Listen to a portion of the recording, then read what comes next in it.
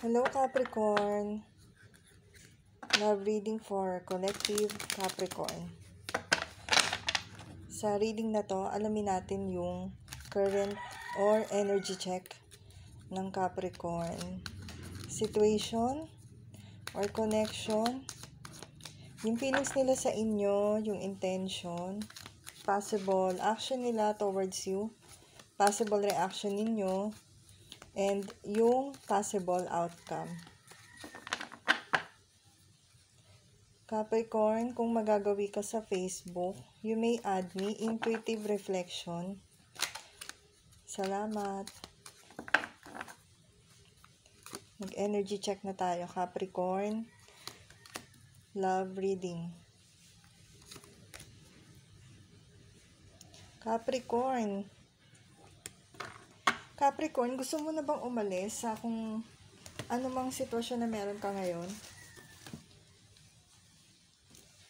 Capricorn, nasa-sense ko dito, nasa energy ka, ikaw mismo, na gusto mo nang i-pursue yung happiness mo, or yung wish mo. Ano ba yung wish mo, Capricorn? Capricorn, sa recent connection mo, yung iba sa inyo, willing ka na mag-give ng time or attention dito sa person mo. And may feeling na parang nagmamadali katulad ng nandito sa illustration na to, sa drawing ng card na to. Feeling assertive ka na i-pursue kung ano man yung wish mo or yung gusto mong mangyari.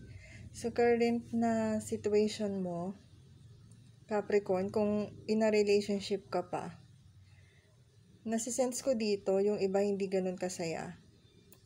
So, parang gusto mo nang bigyan ng buhay tong connection na to. Nabobore ka na.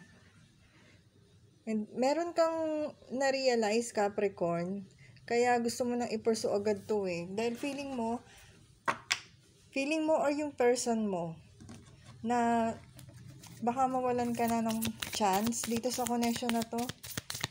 Tingnan natin yung feelings ng person mo, Capricorn Collective, towards sa'yo.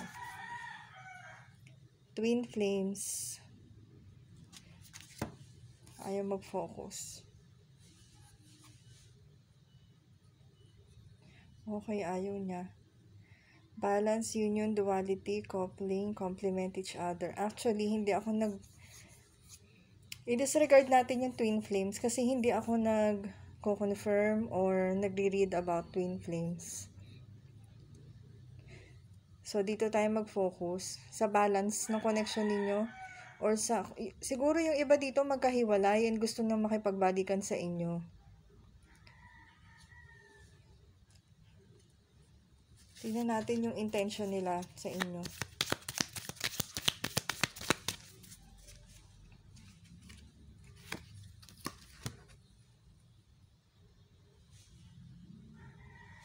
Clover. Ang intention ng person mo dito, magkaroon ng success sa connection ninyo or sa action na gusto niyang gawin towards you.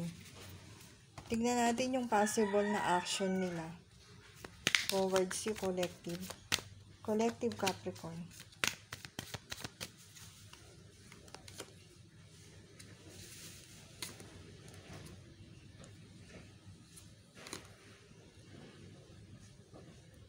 Wow. Alam mo, Capricorn, yung person mo, gusto nilang i-transform talaga itong connection ninyo. Gusto nilang i-express yung love. Gusto nilang magkaroon ng bagong simula. Pagdating sa love, connection ninyo, very passionate yung person ninyo, nararamdaman ko dito. Yung iba naman sa inyo, opposite, guys. Yung iba sa inyo, wala na silang nararamdaman na passion or love towards you.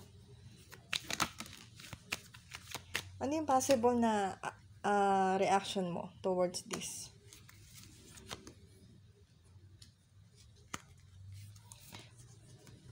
Ito talaga yung intention nila union, 'di ba?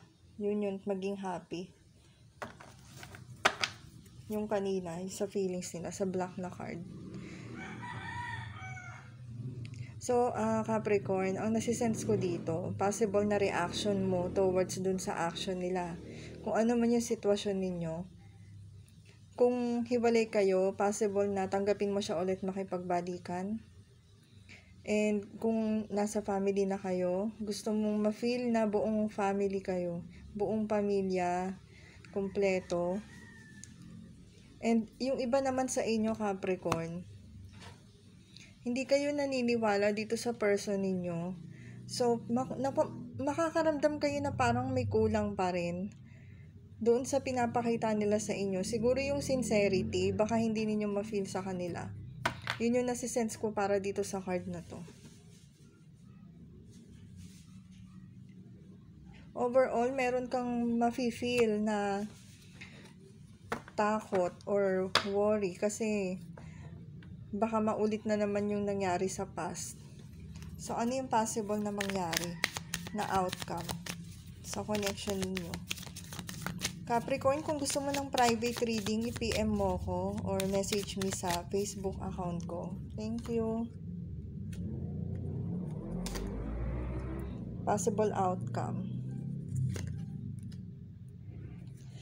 Capricorn, yung iba sa inyo, yung connection ninyo magtutuloy-tuloy talaga sila into a higher level commitment or more serious commitment. Magkakaroon na ng harmony sa connection ninyo. Yung iba naman sa inyo na ayaw nang makipagbalikan dito sa person ninyo, magkakaroon na kayo ng peace of mind.